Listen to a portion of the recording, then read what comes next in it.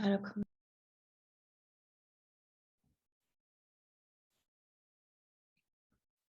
Welcome, friends and colleagues, to this side event for the 66th session of the Commission on the Status of Women.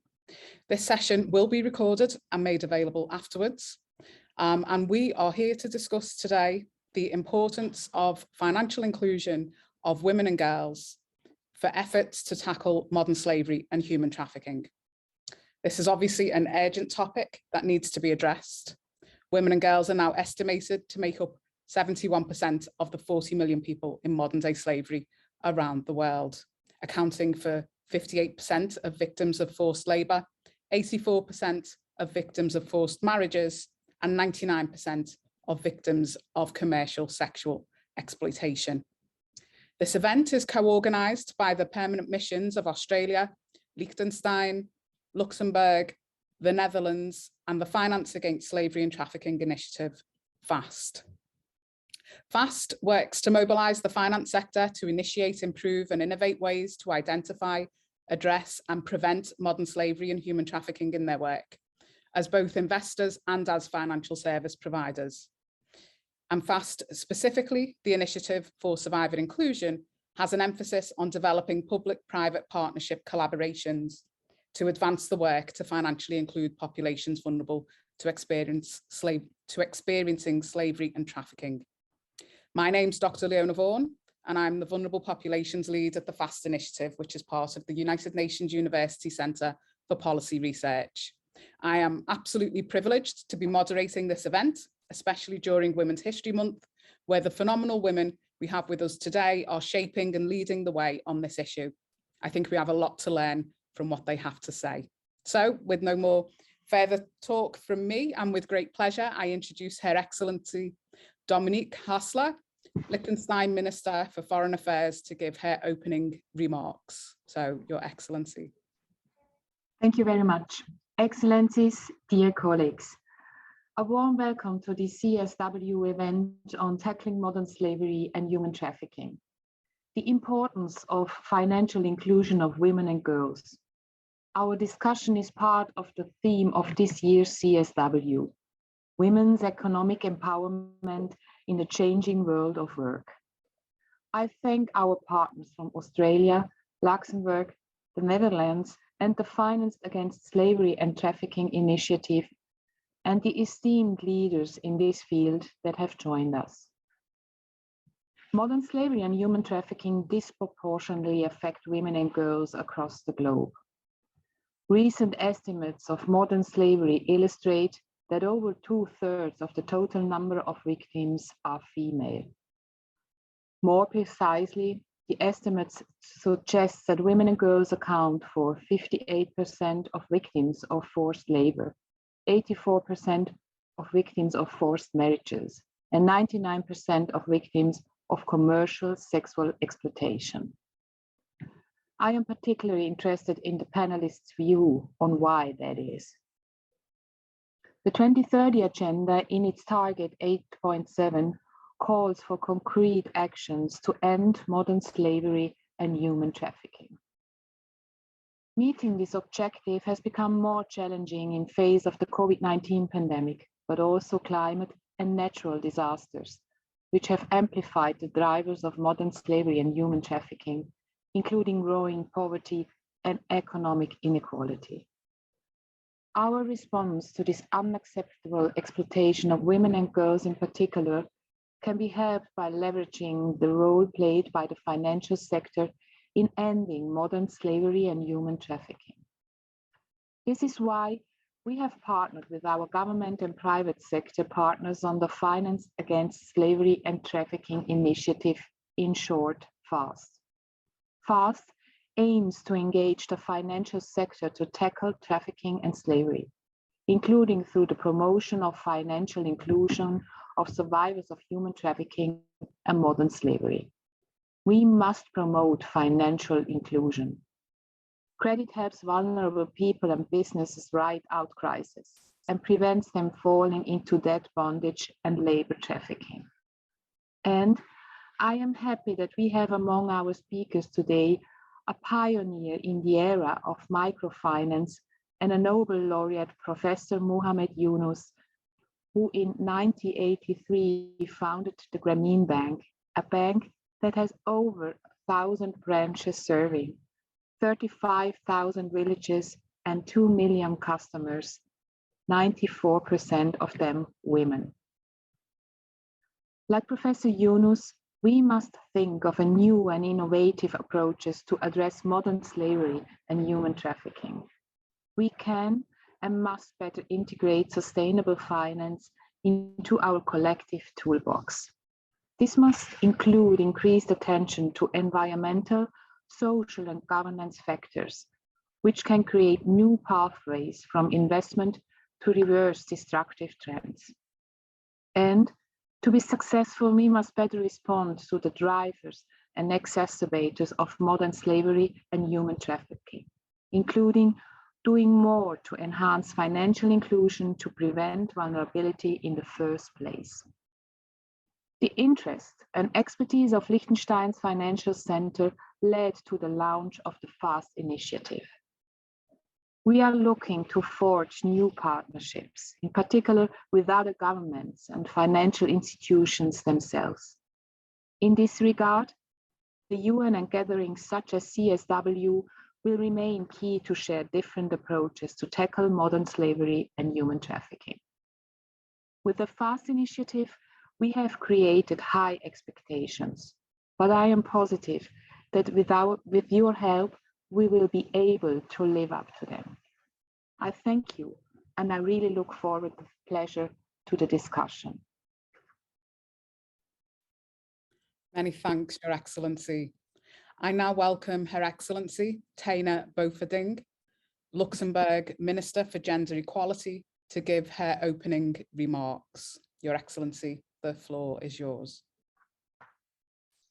Thank you. Excellencies, dear colleagues, first, I want to thank you for having me. It gives me a great pleasure to address you today on this important topic.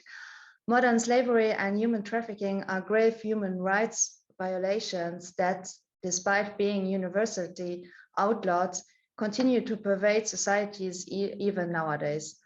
COVID-19 has further accentuated this problem.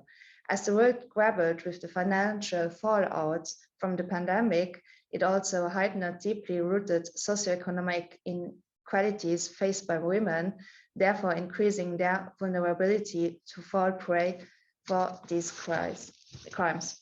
As it is sadly the case for many of the injustice around the globe, they are most extremely felt by women and girls due to centuries of gender-based power imbalances that attempted to ingrain the fallacious notion that women and girls were somehow not equal. It is also true for modern slavery and human trafficking, which awfully affect women and girls. The realization of gender equality, as well as women's and girls' rights, are key to righting these wrongs. And financial inclusion, which goes hand in hand with women's economic empowerment, offers important tools in this regard. When women's voices, their agency, and meaningful participation in economic decision-making improve at all levels, their control over their own time and resources, their lives and their bodies improves as well. Microfinance in particular has enormous potential in promoting women's financial inclusion and economic empowerment. The Finance Against Slavery and Trafficking initiative, which the government of Luxembourg supports, is one promising example that leverages the power and reach of the financial sector to promote financial inclusion. Another example is the Luxembourg Microfinance and Development Fund, a public-private partnership that we launched with the specific goals of fighting poverty, a key driver of modern slavery and human trafficking, with the aim of empowering women. The fund invests in microfinance institutions that grant over 70% of loans to women in order to drive female entrepreneurship. Women who receive those loans do not only become more empowered and have more opportunities, they are also more likely to be able to send their children to school and save money for health emergencies, which contributes to breaking cycles of intergeneral poverty. It also increases their resilience to potential human trafficking and modern slavery risks. Before I conclude, please allow me to express my full solidarity with the people, especially the women and girls in Ukraine, who continue to endure immense human suffering as a result of the unprovoked and unjustified aggression by Russia against their country. Thank you. Many thanks, Your Excellency. And we will now hear from Her Excellency Lucienne Manton, Australia's Ambassador for People Smuggling and Human Trafficking, who unfortunately due to the time difference could not join us, but has kindly provided recorded remarks for today's event.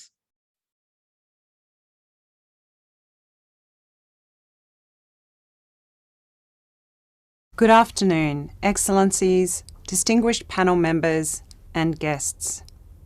I am very pleased to be able to join you virtually today for this important discussion on the role of financial inclusion for women and girls in tackling human trafficking and modern slavery.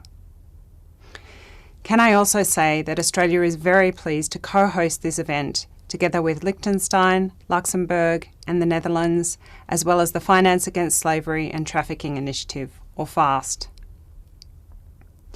The empowerment of women and girls is a critical factor in reducing risks to human trafficking and modern slavery. And financial inclusion initiatives can provide an essential and critical element, economic empowerment. This is extremely important given women and girls are disproportionately impacted by modern slavery and human trafficking. As well as reducing risk factors to trafficking and modern slavery, economic empowerment of women and girls is also an important part of their recovery. As we know that women and girls who are victims or witnesses of trafficking can face many barriers as they try to navigate access to support services, including financial services. Working with financial actors to make changes in their investment decisions or how they deliver financial services can play a significant role in addressing risks of human trafficking and related exploitation. These changes can also have a considerable impact in other sectors and industries. This is why Australia co-convened the Financial Sector Commission on Human Trafficking and Modern Slavery with Liechtenstein and the Netherlands. Australia is pleased to continue its involvement in FAST in helping raise global awareness of and commitment to implement the blueprint and its recommendations, including the Survivor Inclusion Initiative. Australia is also working with FAST on an e-learning module for government officials in Southeast Asia. The model will outline the blueprint recommendations and the role the finance sector can play in combating human trafficking and modern slavery. And last year, Australia's Foreign Minister co-convened with the then Foreign Minister of Spain a meeting of women foreign ministers to discuss the gender implications of the COVID-19 pandemic. The meeting had a particular focus on human trafficking. At that meeting, ministers from Europe, from Asia, from Africa all recognised the unique force multiplier the global financial sector can play in addressing human trafficking and supporting financial inclusion. They endorsed the blueprint and discussed implementation of the recommendations in our respective regions. Australia is also helping to promote these recommendations across the Indo-Pacific region through the Bali process. In 2020, the Bali Process Government and Business Forum, co-chaired by Australia and Indonesia, held an online workshop focusing on the finance sector. The session highlighted that considerable work is being done by many parts of this diverse sector, including investors, stock exchanges, and pension funds. It also highlighted the importance of supporting victims and survivors and ensuring their insights inform our work. The COVID-19 pandemic has increased the risk of human trafficking for women and girls, and made access to financial support for many victims and survivors even more difficult. I wish you well for this event and look forward to working with you on these issues, which are now more important than ever. Thank you.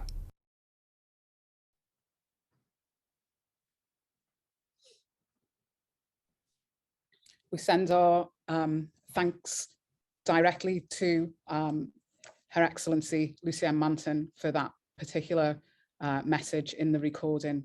But Your Excellencies, I extend our thanks to all of you for taking the time today to provide us with such insightful opening remarks. Now I'm delighted to welcome our keynote speaker, Ms. Anita Bhatia, the Deputy Executive Director of United Nations Women. Ms. Bhatia has had a distinguished career at the World Bank Group, serving in various senior leadership and management positions, both at headquarters and in the field. She also served for several years as Director of Global Partnerships for the International Finance Corporation, IFC, the private sector arm of the World Bank Group. As such, she brings a wealth of experience and expertise from the financial sector to this discussion.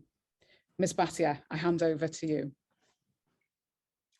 Thank you very much, Dr. Vaughan. And let me start by just saying, Excellencies, distinguished delegates, colleagues and friends, it's a real pleasure to be here with you today. And I really want to thank the permanent missions of Australia, Liechtenstein, Luxembourg, and the Netherlands, as well as the Finance Against Slavery and Trafficking Initiative, FAST, for inviting me to be with you today at this very important event and this very important discussion. As we've already heard from the distinguished ministers, trafficking in persons is a systemic and structural issue. And despite efforts to reduce trafficking in persons, every year the world is faced with the unavoidable fact that thousands of people fall into the hands of traffickers, whether in their own countries or abroad. And to underscore the obvious, women and girls are disproportionately affected by this phenomenon, representing, as you said, Dr. Vaughan, more than 70% of detected victims globally, with girls representing almost 77% of the children who are trafficked. And trafficking for sexual exploitation is the most detected form of trafficking, accounting for 50% of trafficking cases detected in 2020. And we know that this predominantly affects women and girls. We also know that women represent 88% of detected victims of trafficking for domestic work, according to data from the International Organization for Migration. So overall, a really dismal picture when it comes to looking at the intersection between trafficking and the lives of women and girls. And so the question that I think we are here to discuss today is, what role can finance play in alleviating some of this burden? So to answer that, we have to first look at the degree to which finance reaches women, and particularly poor women. We heard about the example of the Grameen Bank and how microfinance has reached a great number of women in countries, not just like Bangladesh, but countries like Bolivia, Peru, Ecuador, Mexico, many countries in Africa, Kenya, Nigeria, Rwanda, to name but some. But nonetheless, financial exclusion remains the norm for poor women. And it really is a symptom of the gendered nature of poverty, and it increases tremendously the vulnerability of women and girls who are exploited and then subsequently trafficked. So just a few data points to share with you.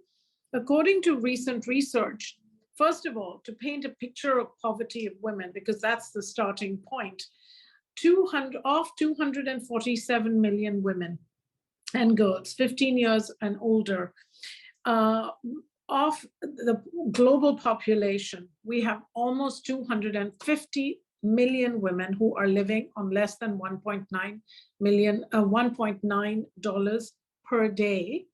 And if you compare that to men, the number for men is actually quite a bit lower. Now, COVID-19 made all of this much worse.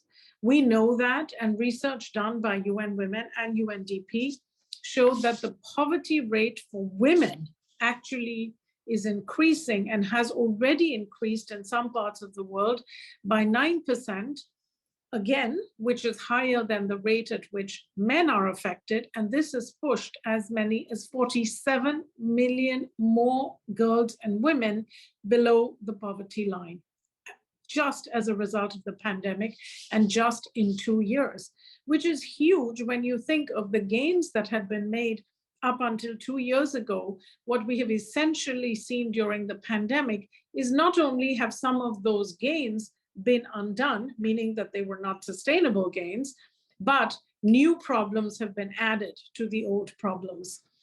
Now, when you look at the state of poverty, you have to then ask, okay, we know that there are many financial models in the world today which are aiming to reach women at the bottom of the pyramid. Microfinance started with a view to reaching the poorest of the poor, and it has been tremendously successful.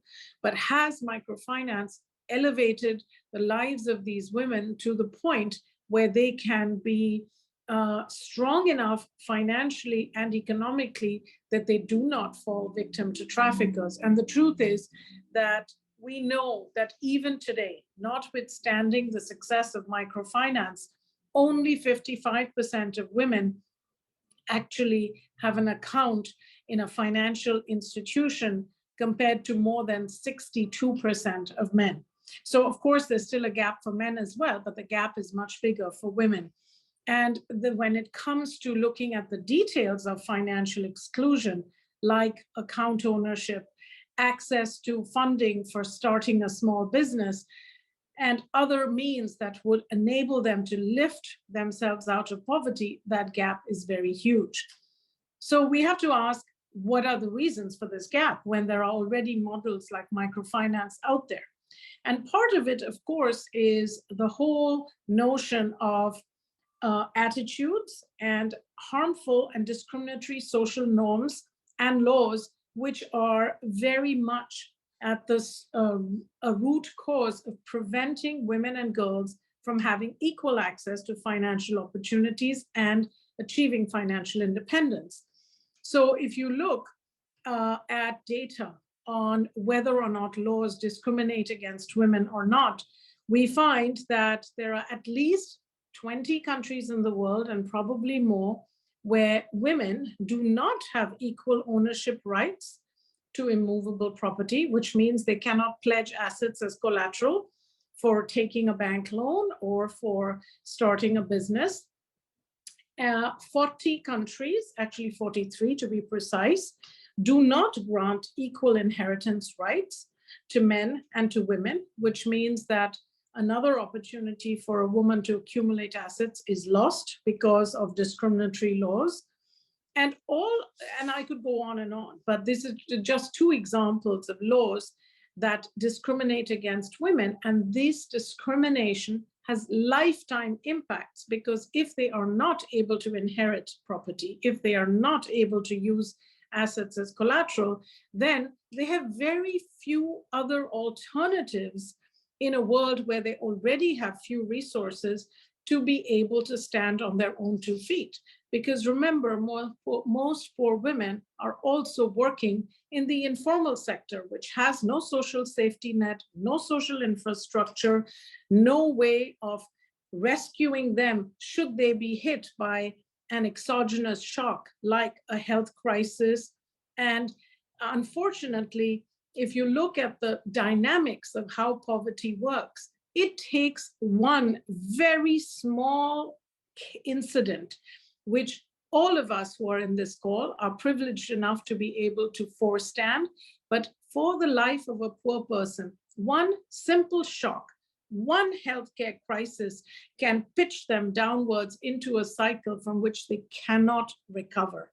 And that is, ladies and gentlemen, what the pandemic did, because it was a shock to their incomes, their infrastructure, and their lives that push them into a place from which recovery is almost impossible without external help.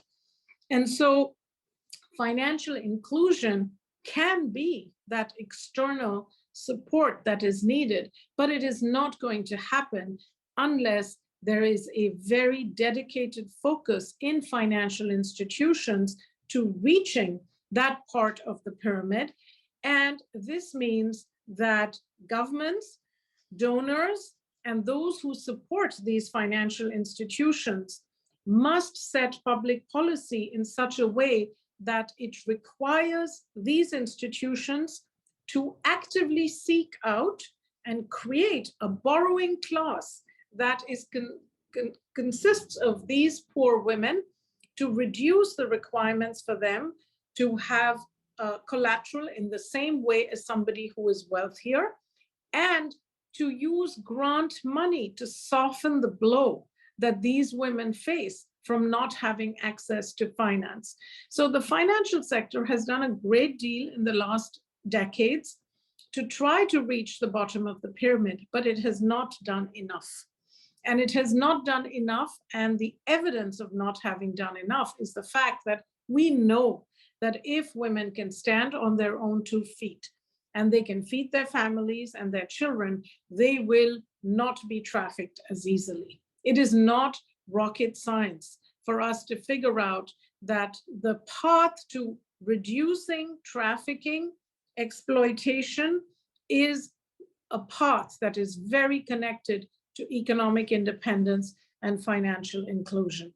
UN Women has been doing a great deal of work to get finance to focus more, not just at the bottom of the pyramid, but to focus on the gender aspects of finance, because finance, for a long time, with the exception of microfinance, has been gender blind. And so there is a need for finance to be much more gender sensitive, for there to be a gender lens required through public policy in finance, and for all of us who work in development issues and on women's rights to make sure that when we are engaging with finance, that it is the business of finance and not just people who work on women's rights and gender issues to worry about financial inclusion. The initiative that was mentioned of the finance ministers and foreign ministers talking about gender issues is very commendable. I would argue that that now needs to be extended to finance ministers, because gender has to be everybody's business, but most importantly, it has to be the business of those who are responsible for setting the framework in which financial institutions operate and can be held accountable for ensuring outcomes that are really, truly benefiting women and girls. Thank you very much, Dr. Vaughan, and back to you. Thank you so much, Anita, for such a powerful presentation on the structural challenges and systemic issues that we still need to address in order to improve financial inclusion. In fact, your talk put me in mind of late Desmond Tutu's quote, which I will badly paraphrase, that we need to stop pulling people out of the water, but actually go upstream and find out what is making them fall in the first place. So we move now to the panel discussion, having had the scene set by not only Anita Bhatia there as our keynote speaker, but also Her Excellencies who've given us an insight into what is happening in terms of addressing financial inclusion for women and girls, particularly to prevent them from experiencing slavery and trafficking. Before I move on to introduce the panelists, I'd just like to give a few comments from the experience of FAST.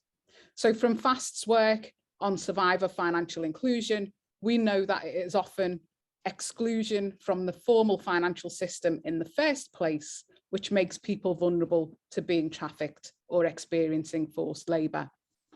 We also know that financial exclusion often continues as a consequence of the experience of being exploited. And as such, financial exclusion affects survivors' recovery, physical, emotional, and financial, and also makes them vulnerable to re-exploitation. In our work to improve access to basic banking services for survivors to support their financial recovery and financial reintegration, we address the ways in which they can be excluded in very practical ways. It might be that it's linked to the way in which they've been victimised, for example, by the removal of their identity documents. So we work with banks on alternative methods of due diligence to enable non-documentary proof of identity. It can be linked to the difficulties they have in securing safe and stable housing, meaning that they don't have a permanent address. So we support banks to develop flexibility in accepting, for example, care of addresses. For example, this could be survivor support organisations or a legal advocate. The point here is that it is the circumstances which make survivors vulnerable, not their identity. And equally, this is what we know in respect to women and girls and their vulnerability to slavery and trafficking. So, to restate the points already made by our previous speakers, I just want to say this more explicitly. Being female is not a vulnerability. It is not a risk factor. It is the societal views and treatment of women and girls which places them at risk. The link between gender inequality and the risk of modern slavery and human trafficking has already been proven. The combination of being situated in poverty and or other precarious or fragile environments and having financial choices and opportunities circumscribed by patriarchal assumptions, expectations of what females should and should not do, and also of what males should and should not do. This is what makes them vulnerable. It leads to situations where women and girls are expected to incur debt to help male family members who feel they have no option but to make dangerous migration journeys out of desperate situations. Debts which sadly often lead to debt bondage or leave women and girls vulnerable to exploitation as they seek the ability to repay them. It can lead to women being viewed as more of a financial risk, as a customer or as a client to invest in, than men, reducing their access to income. It can lead to women being excluded from access to digital and online banking, reducing their economic agency and independence. And it goes on. Anita has already covered the majority of these issues. They are not just issues in practice, but also issues in rules and legislation. So, to reduce the prevalence of women and girls experiencing modern slavery and to prevent it from happening at all, financial inclusion can offer a protective role if it simultaneously addresses gender inequity. So I'd like to introduce our distinguished panel of experts by experience and through their work and research in this area, who know and understand the financial inclusion, slavery and trafficking challenges that women and girls face, who have seen what works and have seen what doesn't, and who can guide us to do better. So firstly, I'll introduce Malaika Orindo, Chief Executive Officer of Footprint to Freedom. Malaika works with the Salvation Army as the International Survivor and Engagement Specialist and as an independent consultant on human trafficking and gender-based violence. She speaks against human trafficking, stands up for victims' rights, and strengthens survivors' inclusion and engagement. She is the founder of Footprint to Freedom, a survivor-led organisation that works to break the cycle of human trafficking in East Africa and the Netherlands. As a campaigner and as a speaker, Malaika has highlighted gaps in European legislation and policy against human trafficking and the UN General Assembly. She serves as a member of the International Survivor of Human Trafficking Advisory Council for the OSCE. We also welcome Dr. Fatima Denton, Director of the United Nations University Institute for Natural Resources in Africa. Dr. Denton is the director for this institute. Her research has centered on climate change adaptation, focusing on resilient systems in agriculture, water and energy, principally in Africa. She has served as lead author and coordinating lead author of the Intergovernmental Panel on Climate Change, IPCC, contributing to reports and special reports over the past 2 decades. She is currently a coordinating lead author for the IPCC 6th Assessment Report, Working Group 3, and Dr. Denton is also lead collaborator on the earth-shattering rapid research project between UNU INRA and Finance Against Slavery and Trafficking at the UNU Centre for Policy Research. This research considers the interconnections of climate change, COVID, and slavery and trafficking in Ghana's cocoa and gold sectors. And finally, we are also delighted to welcome Professor Siobhan Mullally, who is Special Rapporteur for Trafficking in Persons, especially in women and children. Established Professor of Human Rights Law and Director of the Irish Centre for Human Rights at the School of Law, National University of Ireland, Galway, Professor Mullally has a deep knowledge of gender equality, migration and refugee protection, and human trafficking. From 2012 to 2018, she was a member of the Council of Europe group of experts on action against trafficking in human beings, GRETA. And she was elected president of GRETA from 2016 to 2018. She became Special Rapporteur in 2020 and as such takes action on violations committed against trafficked persons and on situations in which there has been a failure to protect their human rights. She undertakes country visits in order to study the situation in situ and formulate recommendations to prevent and/or combat trafficking and protect the human rights of victims of trafficking in specific countries and/or regions. And she submits annual reports to the UN Human Rights Council and the General Assembly. Most recently, she was part of a group of experts who stated that particular attention needs to be paid to the plight of women and children who have been forcibly displaced in the ongoing crisis in Ukraine. So I welcome all of you to this panel discussion. Colleagues, I'd like to start with the first question, and this is to all of you. So please answer as you feel you are moved to. Firstly, what are the financial inclusion needs specifically of women and girls who've experienced modern slavery and human trafficking, or who are vulnerable to this experience? And how, in your experience, does this need differ in different contexts? Who would like to answer first?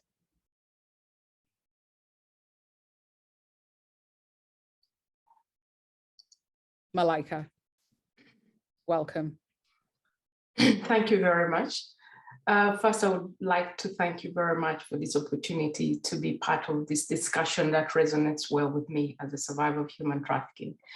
You asked a question about what are the needs for financial inclusion for survivors, but I would like to take a step back, that the financial needs for survivors go back to the family. For example, I fell prey to human trafficking because my mother did not have access to financial inclusion. So it doesn't start with me. Like I always mention that human trafficking is a result of years or generational vulnerability. So if we only start with the needs of survivors, we are missing the whole breaking the cycle.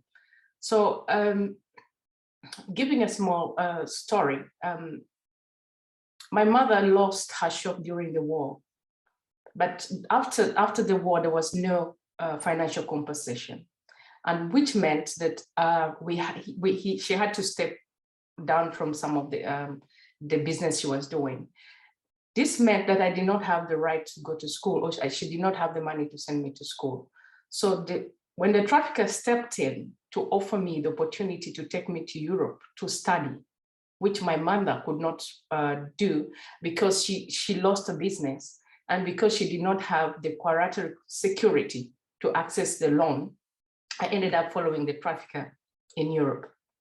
So what I wanted to emphasize that when we look at the needs of the survivors, we do not have to look at the current, but these generational needs that kind of trigger or drive survivors to become vulnerable.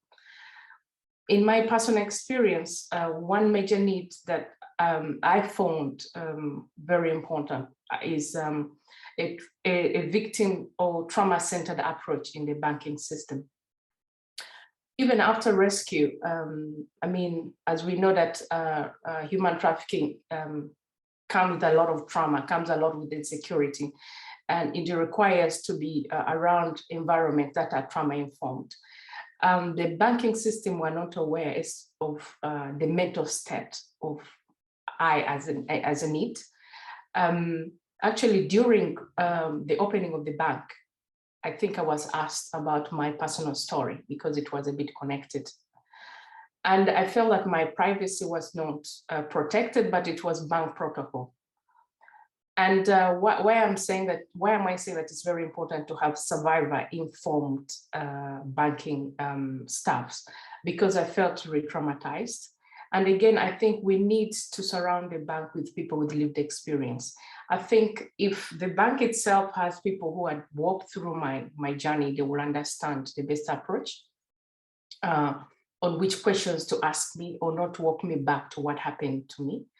And another thing that I think was very vital is the kind of the information that is contextual to my understanding. I was trafficked as a minor, as I mentioned, that I didn't have the right to go to school. So my level of literacy was low. And the information at the bank was really high level. I think then I ended up even taking the wrong account for myself. So I think in order for us to be inclusive in the needs of survivors, we should be able to make sure that we are trauma-informed, that the survivors who come into the infrastructure are met with somehow people with lived experience. And at the same time, we need to have in place one thing that I'm experiencing with survivors that I work with who are survivors of sex trafficking by the pimps. They have a lot of debit bondage. And they have a big bunch of debit that they have to pay, which makes it very difficult for these survivors to access credit or future loans. For one, I wanted a loan to go to school after my exploitation, but I did not have the credibility to get the loan through the bank to go to school. So accessibility to these kind of services and making it survivor-centered and making it also affordable or accessible for people like us is very important. Thank you so much, Malaika. You made a number of very important issues that we need to be considering, that we look beyond the individuals and think about intergenerational structural situations, but also that the practices of the financial institutions. Would anyone like to add to Malaika's contributions here on this first question? Maybe let me sort of add a few points to what Malaika has said, and just to thank you, Leona, for this opportunity.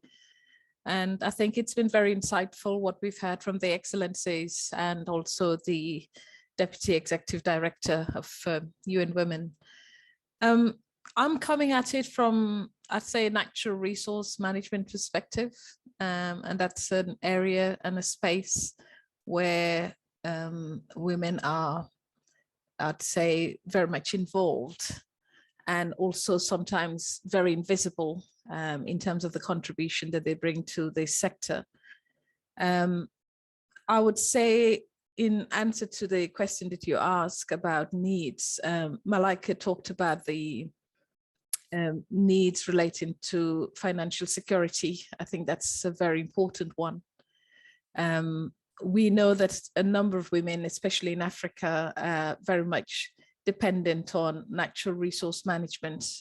They are in farming, they are also in mineral exploitation, extractives, as well as other forms of natural resource. And in that sector, given the impacts that we're seeing of climate change, I think it is also reducing opportunities that women have in the area. And therefore, with that reduction of opportunities and the fact also that extreme events are making it very difficult for women to just rely on their indigenous knowledge. So I think these are stressors that we have to take into account that is heightening already structural risk that we know about, which is women have a high incidence of poverty and therefore are very much impacted by these impacts that they face. So that is leading them on that sort of higher vulnerability with regard to finance, but also I think the absence of social protection. And I think some of that has also been mentioned. And the pandemic, I think, has also created risk factors, especially in the supply chain. We've seen that we've had a disruption in the supply chain, broken supply chains, and women are often left to sort of bear those consequences. I would also say that we need to be careful not to make the financial inclusion an all, or nothing kind of debate. What do I mean by this? It's actually very important, but I think we need to have or perhaps need to adopt a whole of society approach. For me, the financial inclusion is both an input and an outcome. It's important, but we have to look at the business environment.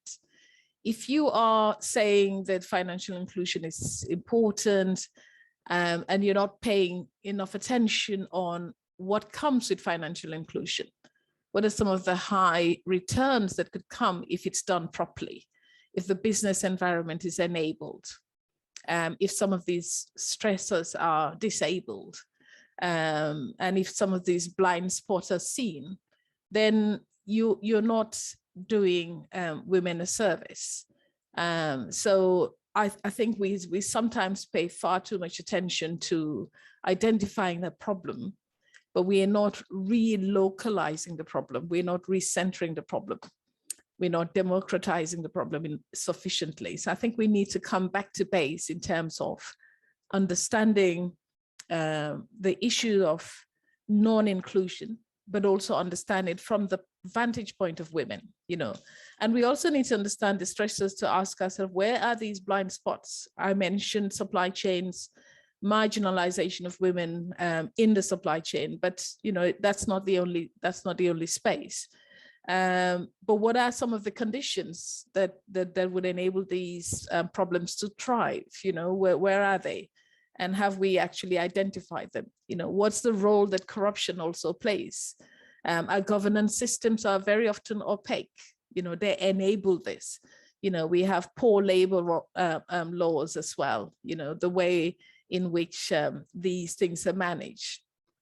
So I think it's a whole combination of things on that very rich and complex value chain. But I think if we single out financial inclusion alone and we don't look at some of the other problems that enable it or enable financial exclusion, then it's almost as if we're not giving ourselves an opportunity to come up with a new business model. Because right now, some of the things that we're looking at, even if we talk about microfinance, they're important. And when women are vulnerable, they need all kinds of support. But we also need to look beyond the micro. We also need to go beyond some of the micro level kind of assistance and support.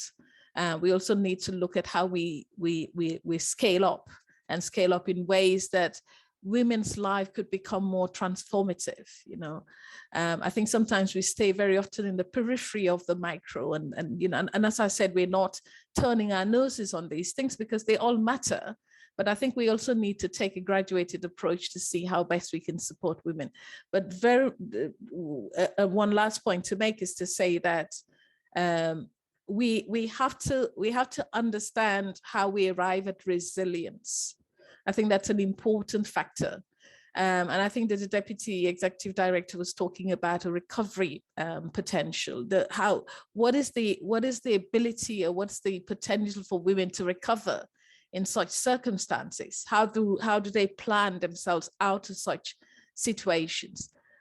Understanding that, I think, is also important, as well as understanding what is the buffer, or what buffers they have when they are in situations of extreme vulnerability. Thank you, Dr. Denton.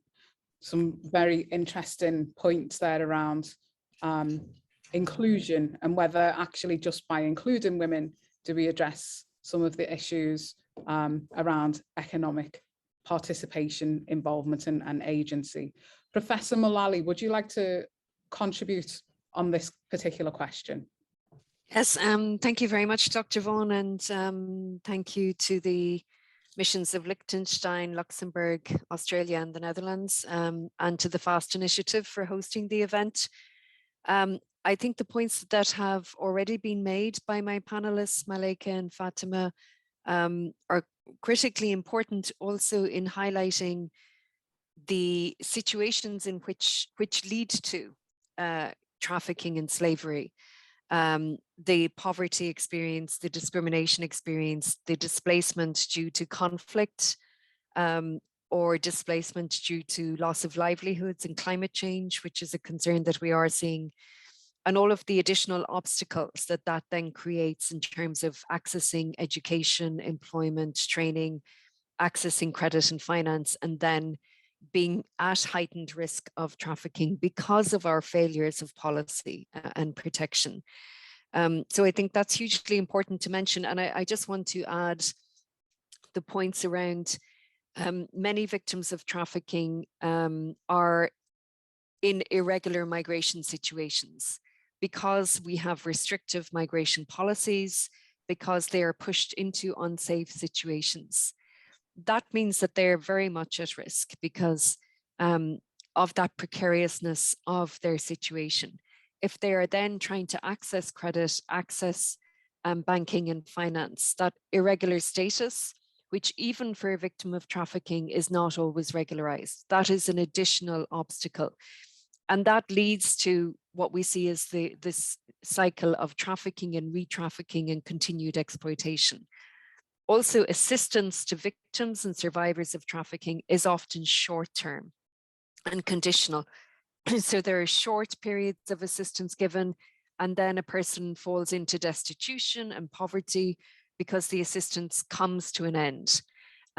We also have the problem of loss of community and family networks and supports, which make people more vulnerable to exploitation.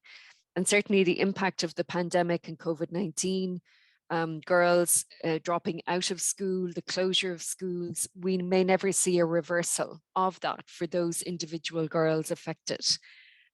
So that all of that contributes to, as my panelists have said, contributes to increased risks of trafficking. And financial inclusion, unfortunately, is not something that has been systematically addressed in anti-trafficking programming, in prevention or protection. So finance, as Ms. Bhatia said in the opening, has been gender blind. It's often been blind to the specific context of trafficking and risks of slavery. So we really need to ensure that that is built in. When we're talking about protection, recovery, inclusion, that we specifically look at what's working and what can work in relation to financial inclusion. So thank you for that. Thank you so much. Such a rich opening to that first question about needs. And I think that quite nicely links on to my second question, really, to all three of you, in terms of what have you seen that actually works? So what is working in relation to financial inclusion for women and girls to reduce their experience of slavery and trafficking? Where is it that we're making an impact? And what challenges still remain? So who would like to start with that?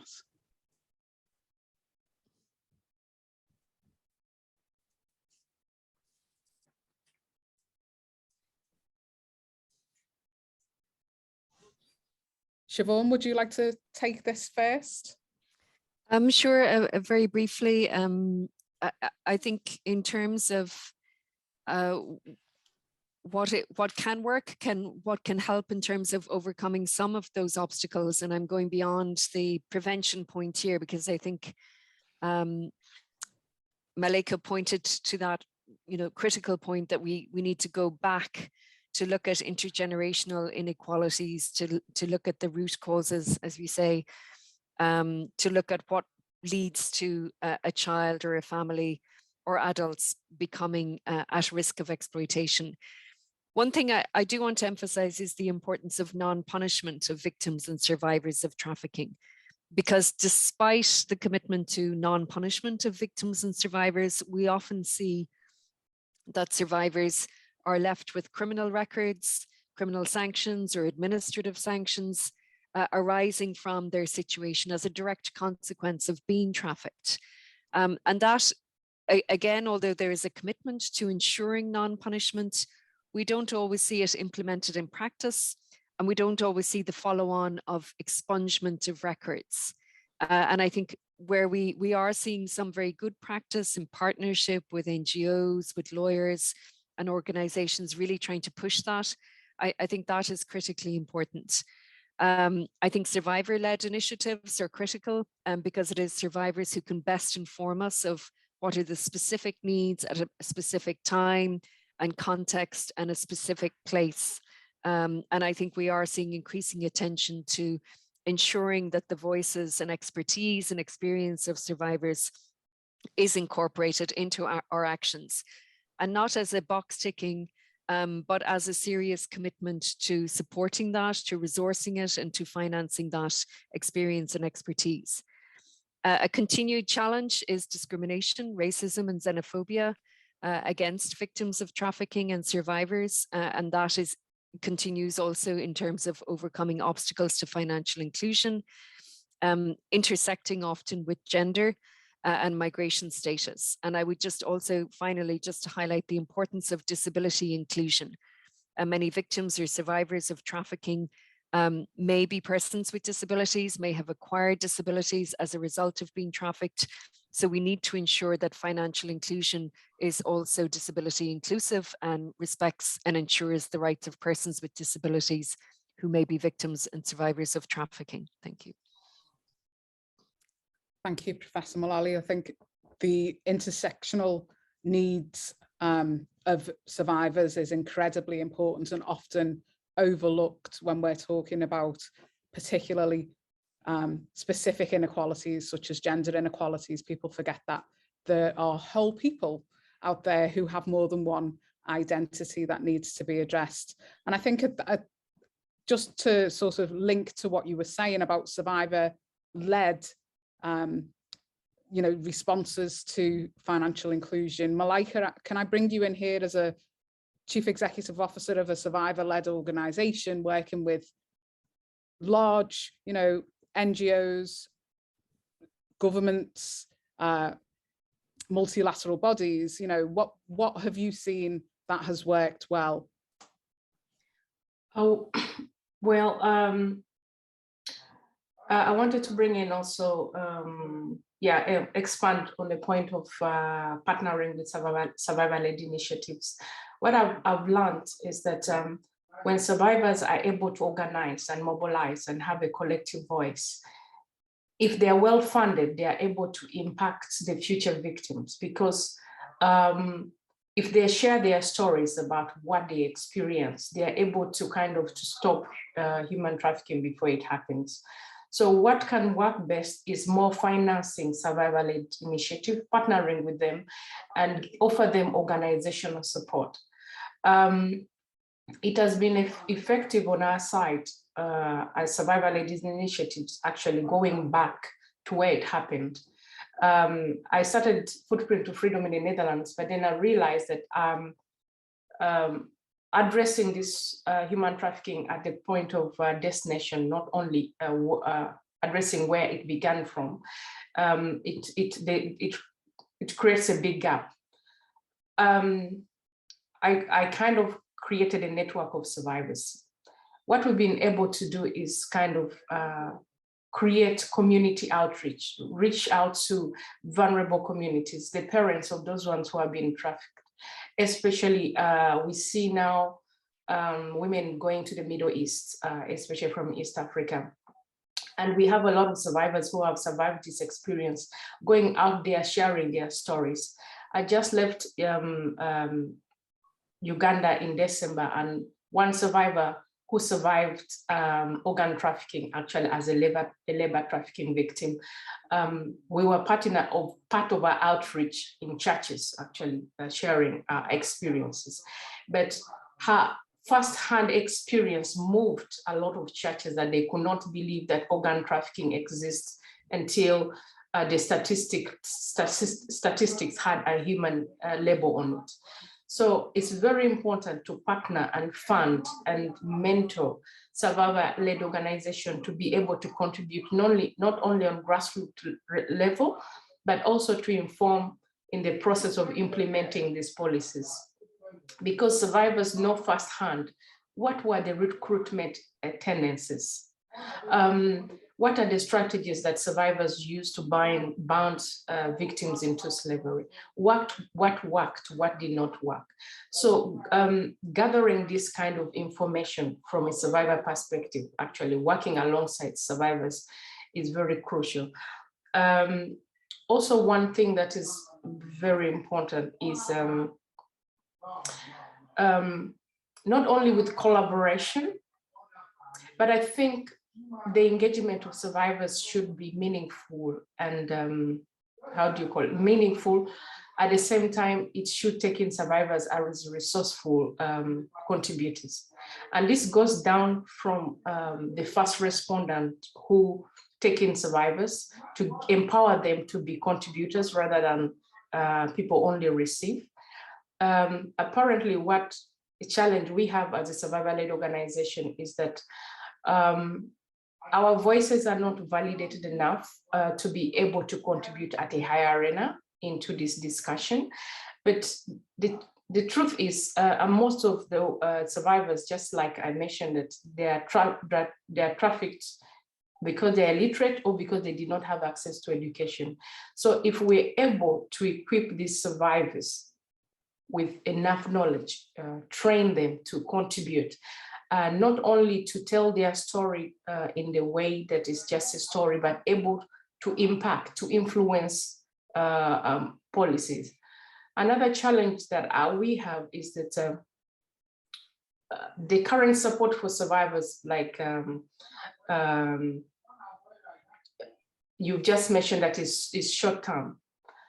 Yet the needs and the mental needs of survivors are really, most of the time. For example, I was supported for my mental needs for 1 year, but you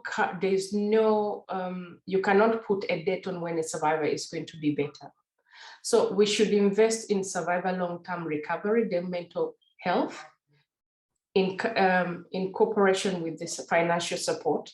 Then a survivor will be able to heal in a way that he can become a thriving member of the society. Thank you, Malaika. And Dr. Denton, can I bring you in? Yeah, maybe if I could just add a few points and just draw on something that Malaika said, which I thought was quite very interesting. And we have seen something similar in Ghana, that when Malaika talked about the importance of education and how she wanted to go back to school. But normally, I mean, or at least in contexts like where we are, there is a sense that integration into the mainstream education is very often difficult. And it comes with a great deal of stigma because that child, these are smaller societies where things are known, and that child is stigmatized as a result of an experience, a lived experience. And very often, as you know, it's not their fault. So I think it's important to think about how one could have vocational type of opportunities. And the Ghana Trade Union Congress has got a 3-year vocational course where they're catering for, survivors to be able to have an additional skill So I think that that is something that should be seen as a priority, because mainstream schools would tend to fail survivors, and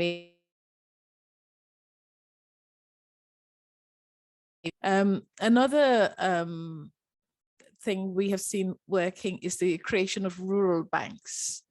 And these rural banks have implemented a kind of financial inclusion initiative, and that is also working, where I think about 15,000 women have been sort of involved in this process and are banked. So I think that element of financial literacy program, where you encourage women to think about their short-term and long-term needs and spending, I think is also very good and has an impact on their lives. I'd say also the digitalization is also very important. We're seeing a positive impact in the sector as a result of the rise in digitalization. Obviously, there's a lot of rural banks, but there's also the whole aspect of mobile banking, and all of that is creating greater literacy in digitalization. And I think that that's also helping to plug the information gap.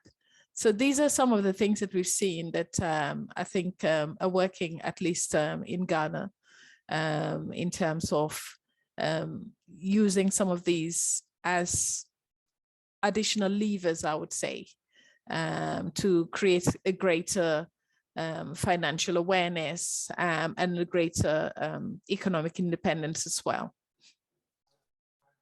Thank you so much, Dr. Denton. I'm moving on now to my last question to you all. And I don't want to be alarmist, but the reality is that the 2030 sort of target for the Sustainable Development Goal to eradicate slavery and trafficking is on the horizon. So how do we focus minds and energies around financial inclusion of women and girls now? If I were to say to you, in an ideal world, what would you be seeing member states, UN agencies, the financial sector, civil society, what would you be seeing them doing to make an impactful, needs-led financial inclusion strategy to address all of these issues?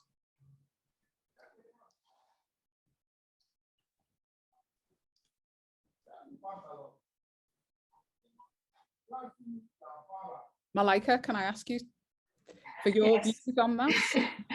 Yes. Just a small challenge. Yes. Well, I think one major area of strategy is to address the gender inequality. Since we've already mentioned that women constitute 71% of the most vulnerable or the most exploited population, I think when we tackle the gender inequality and the systematic inequalities that enable women to become vulnerable and make access to resources, opportunities for women, it's going to help to prevent human trafficking before it happens. Actually, it's paying it forward.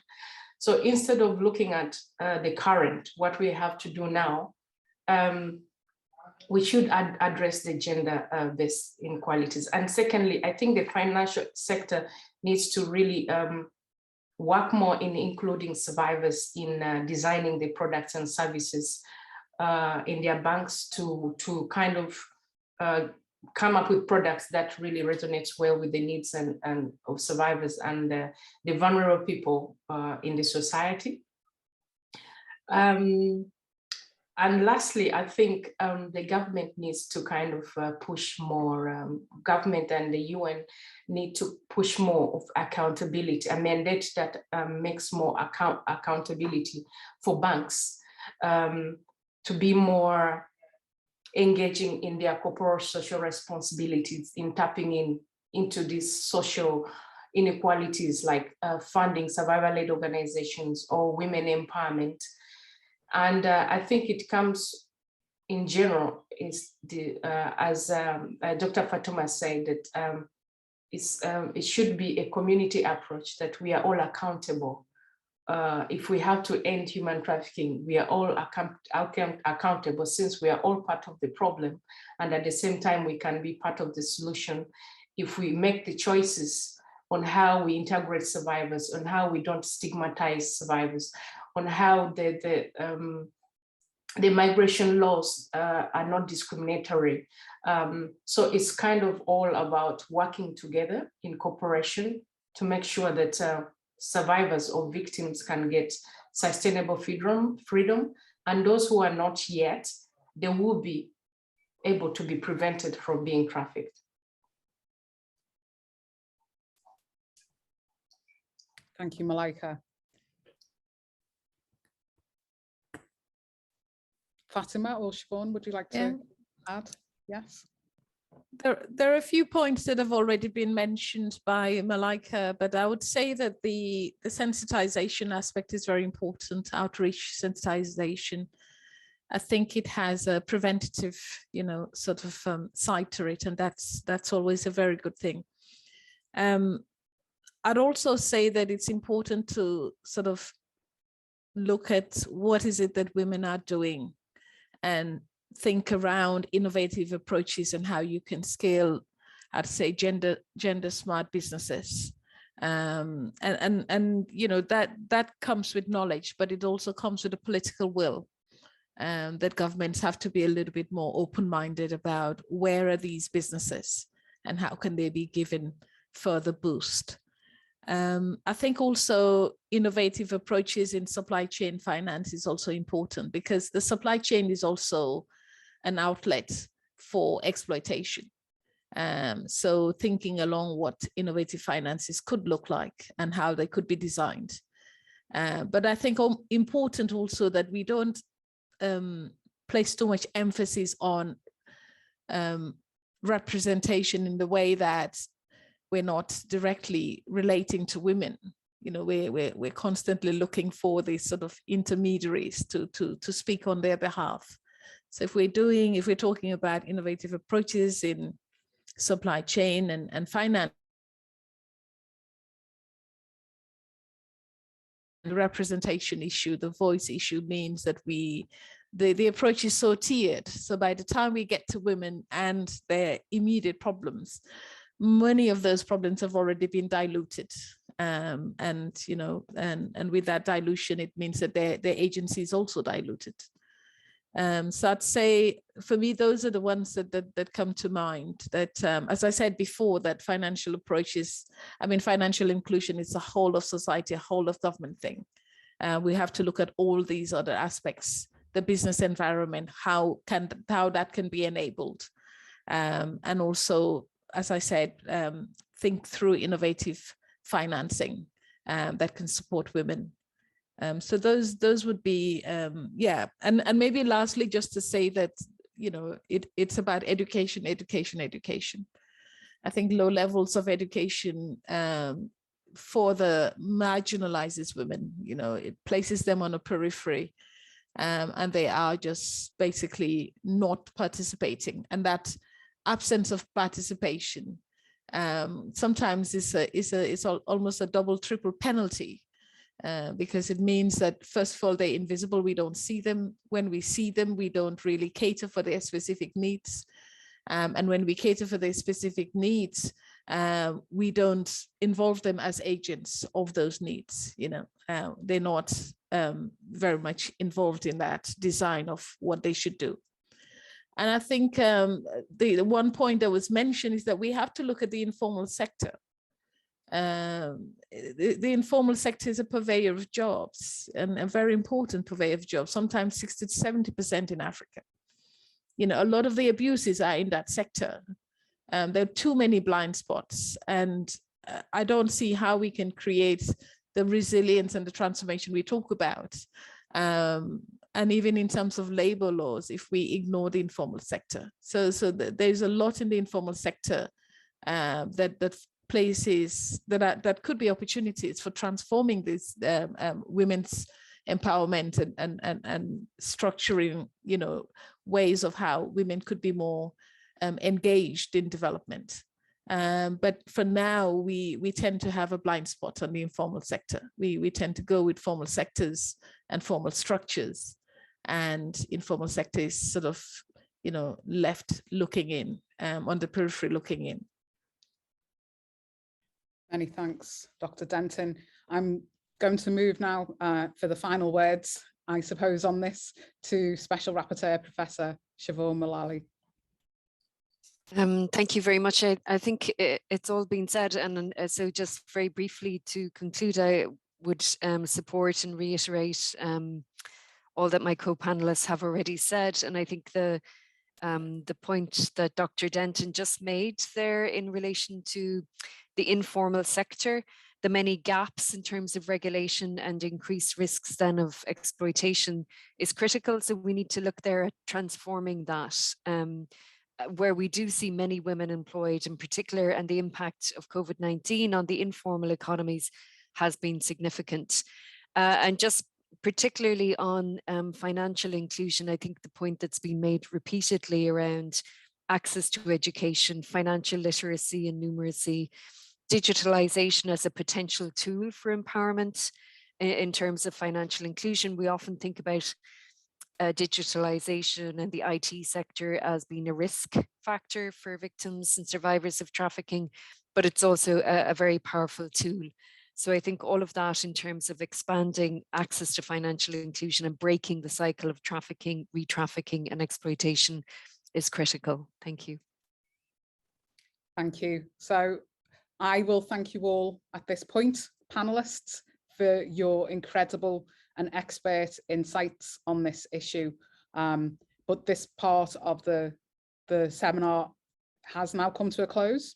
And I'd like to introduce a recorded message from Professor Muhammad Yunus, who was mentioned before by earlier speakers, co-convener of the UN Financial Sector Commission, which established FAST, but also was awarded the Nobel Peace Laureate jointly with Grameen Bank, which he founded to pioneer the concepts of microcredit and microfinance within poor communities.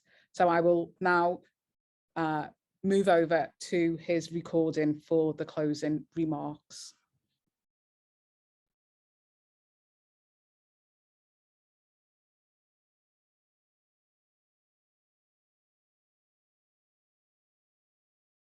Thank you very much for organizing this very important conference on modern day slavery and human trafficking. This is important because it's getting worse. It's not getting better. It's getting worse because it is rooted in the very thinking of our daily activities, in our very designing of the economic system that we built. Our economic system is taking us to our final destination of extinction. We have not much time left on this planet.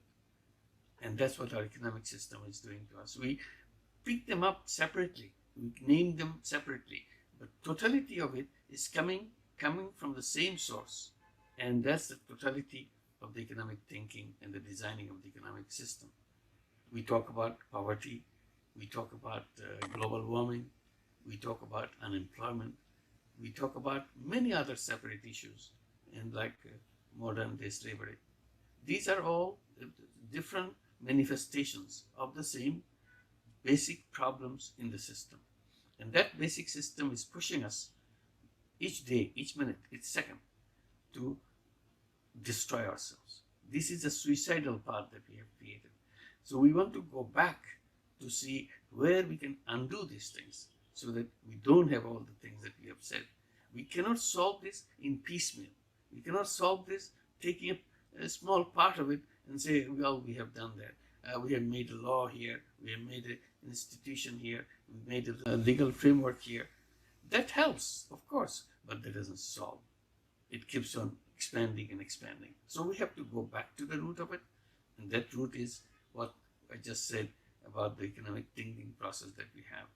The civilization that we have built, the very root of the civilization, very foundation of the civilization today is the profit maximization.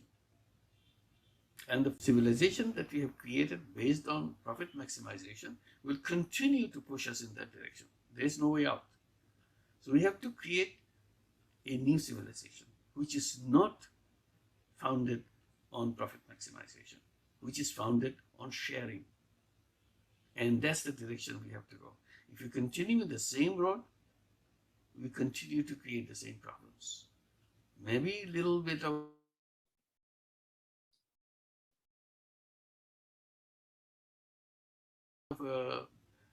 window dressing, little bit of. So we're talking about creating a 3-0 world which will be of zero net carbon emission, number 1, 0. So we have to build that world. We can have a time, but we don't have much time. We can have about 10 years, 20 years, 30 years, that's about it. 40 years, that's about it. And then we're done. So we have to make sure by that time we transit from the current civilization to a new civilization, building new roads to get there. That's what our solution is. Solution is not in a piecemeal.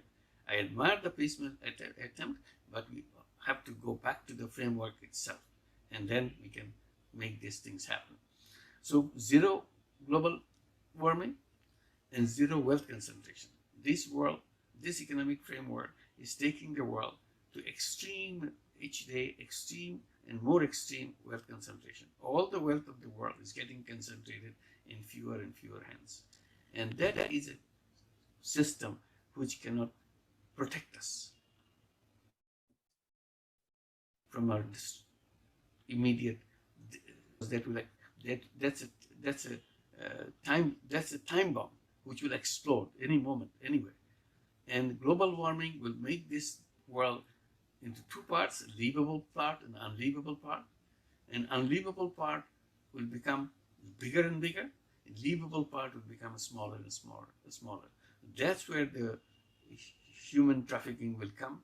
That's where the modern day slavery will become stronger and stronger. They will not become weaker and weaker. They will become stronger and stronger because global warming makes it imperative that we have that thing coming with big force and more force. So we have to go back to address that issue: 0 net carbon emission, 0 wealth concentration, and 0 unemployment. We are bringing in artificial intelligence to remove all human beings from all activities. And that's a dangerous path we are pursuing. We have to address that science and technology can be a blessing and it can be also a curse. So we have to draw a line where how far artificial intelligence is a blessing for people, where it becomes a curse for people. So we have to make sure that we address that. Otherwise, we are not here for long. So this is something that we have to pay enormous attention. The urgency of the whole thing is missing. So I want to draw the attention of the participants. It's not just a one piece of a problem, it's one little piece of a much bigger problem. But we have to address the much bigger problem to address this small part of it. Thank you very much.